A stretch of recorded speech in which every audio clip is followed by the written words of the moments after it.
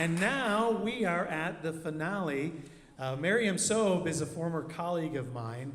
I think she told me she works at WBBM radio when she feels like it because she's busy launching her comedic career, a stand-up comic, and she's been in New Jersey and other places, and hopefully soon checking out the clubs in LA. But in the meantime, she's here, Mariam Sobh. All right. So this is the story about Nancy Drew and how my dad and I nearly got in trouble with Saudi customs. When I was growing up, all I did was read.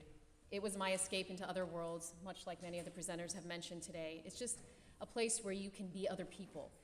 And it was a great outlet to have, considering that my family did not own a television.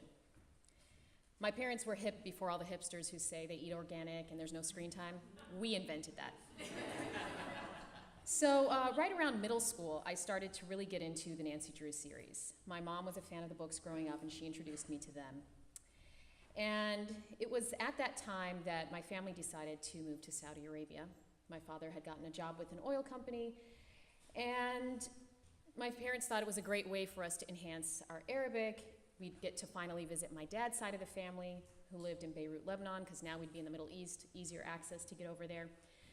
So it's right around the summer of 7th grade, and this is the particular summer when we're going to Lebanon. So one summer we'd go to Lebanon, one summer we'd come back to the States to see my mom's family. And I'd been to Lebanon one time before that, and I remembered how there was not a lot of stuff to do there. Because at the time, Lebanon was getting over a civil war, and I knew that I was going to go to a place where electricity was only on a couple hours a day, and I would have to find some things to entertain myself with. So I packed a journal and some art supplies, and luckily I had a friend of mine who was a bookworm, and she had dozens of Nancy Drew books that she bought at the local Saudi bookstore. And she told me, take as many as you want. And I was like, oh my gosh, are you serious? I can take as many as I want? So I took like 10. And I thought, this will last me through the summer. I'll have enough stuff to do. I devoured those books. They helped me get through some really boring times. My parents had rented a place up in the mountains in Lebanon, and there was even less electricity up there.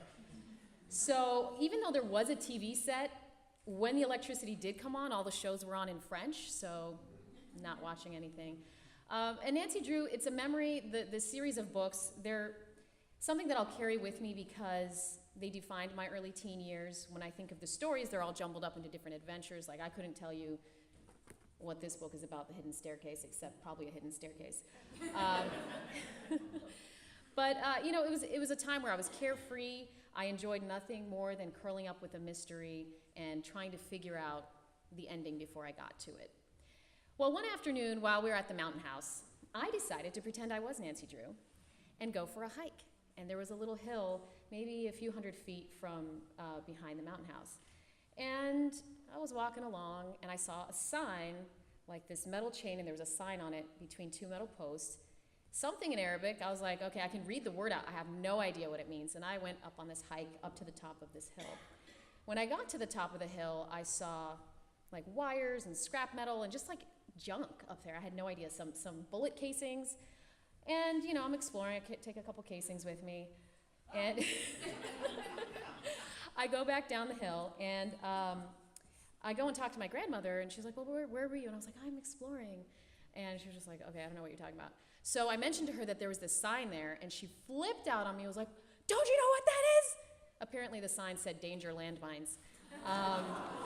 Because there were a lot of those things left over after the war. So I did learn that word. But it was an adventure. I mean, hey, I was Nancy Drew. I was safe. So after our long summer in Lebanon, I packed up my books. We were going back to Dhahran, Saudi Arabia. And when we landed there, it was business as usual, going through customs, having our bags searched.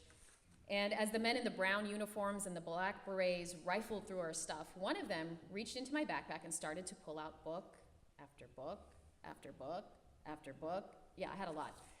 And it was these bright yellow paperback covers, and on the cover was Nancy Drew. I got this from the library. I don't think they make paperback anymore. I don't know.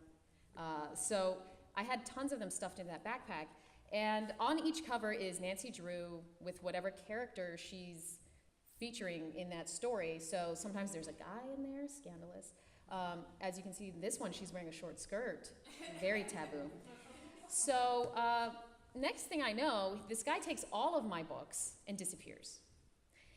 Then my father and I are escorted into an office where someone who appears to be a supervisor is sitting behind a desk, and he starts giving my dad and I a lecture on my choice of reading material. I don't think he could read English, but you know, he still had some things to say. It then dawned on me that not only is he some kind of supervisor, he's also the religious police. And I can tell my dad is a little nervous. He had this look on his face between a sheepish grin and a grimace, and I mean, poor guy, he didn't know I had that many books with me. He was confused about what was happening. So I'm just standing there, and in the back of my mind, I'm a little worried that there's something about the books that I don't know, because when you come into Saudi and you fill out the paperwork, there are huge warnings that say death to drug traffickers. So I start feeling some mild anxiety, and then I realize I'm getting carried away because of all the Nancy Drew mysteries I read over the summer. This is not a conspiracy. The pages are not laced with some hidden drugs. So I quickly snap out of that, and I start thinking, this guy better give me my books back. Like, my friend gave these to me, and I'm borrowing them. I can't face her if he takes them away from me. So from my previous experience, I do know that Saudi Customs will take and confiscate your stuff. They were doing this way before the TSA drama here, so they're the originators.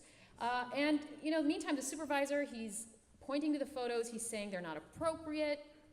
And I just kept saying to him, the main character, this is Nancy Drew on the cover. Do you know who Nancy Drew is? I even went into Arabic, and I was like, اسمها Nancy Drew, هي زي الشرطة. Which means the girl, her name is Nancy Drew. She's like the police. She's a detective. She solves mysteries. She's a good girl. Good girl. Key word. I wanted to make sure that I was not, you know, I didn't want them to think I was reading a sleazy novel. This was a good book. Now, the man behind the desk told my father, you should not be letting your daughter read this stuff, let alone bring these books into the country. Oh, don't even start with me there, buddy. I was a spitfire. I was like, excuse me? Bring these into the country? We got these from El Jarir bookstore in Khobar, buddy, okay? Well, he eventually gave me the books back.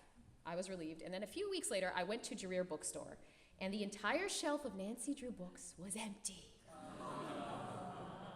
Coincidence? I don't know. But if I put on my best Nancy Drew hat and think about it, I believe they took those books away on purpose. Thank you.